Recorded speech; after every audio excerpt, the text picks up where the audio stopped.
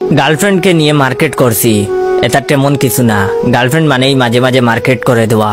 এমন সময় এক সাংবাদিক সামনে দাঁড়িয়ে প্রশ্ন করলো, ভাবিকে নিয়ে কেনাকাটা কেমন চলছে? আমি তখন রেগে গিয়ে সাংবাদিককে বললাম, ভাবি হইলে কবেই না তালাক দিতাম। সাংবাদিক আমার উত্তর শুনে মুখের কাছ থেকে মাউথ পিস সরিয়ে নিবে এমন সময় নিজেই উনার হাত থেকে মাউথ পিস কেড়ে নিয়ে বলা শুরু করলাম, ডিয়ার দেশবাসী, ভাই ও বোনেরা, গার্লফ্রেন্ড পালা আর হাতি পালা সমান কথা।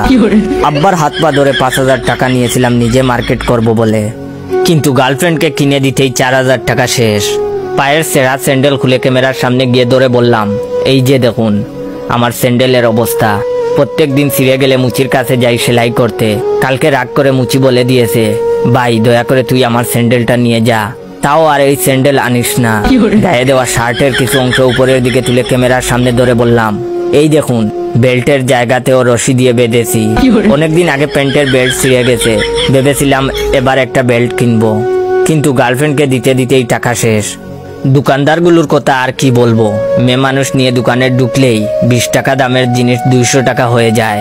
আরে ভাই, বাংলাদেশে 300 টাকার এনার্জি বাল্ব যদি 200 টাকায় ছাড়ে দিতে পারে কোম্পানির প্রচারের জন্য, তোরা কেন এই গরিব দেশের অবাগা প্রেমিকদের জন্য ছাড় দিবি না? এই দেশে কি বিচার নাই? আপনারা ভাবছেন আমার গার্লফ্রেন্ড আমাকে কিছু দেয়নি? হ্যাঁ দিয়েছে, এই যে শাহ আমানতের লুঙ্গি আর সয়াতের গামছা। গার্লফ্রেন্ড কিনে দেওয়ার সময় কি বলেছে জানেন? গরমের এই সময় বাতাসের প্রবাহ ভালো চলাচল করার জন্য নাকি তার এই ব্যতিক্রমী উপহার। সাথে আরো বলেছে, ওর যদি ক্ষমতা থাকতো তাহলে বাংলাদেশের সকল প্রেমিকাকে বলে দিত তাদের প্রেমিককে লুঙ্গি উপহার দিতে। আরো কিছু বলতে যাব এমন সময় সেই সাংবাদিক আমার পা ধরে বলল, ভাই আপনার দোহাই লাগে, ভাই আমার চাকরিটা খাইয়েন না। যা বলার ইতিমধ্যে লাইভে বলে ফেলেছেন।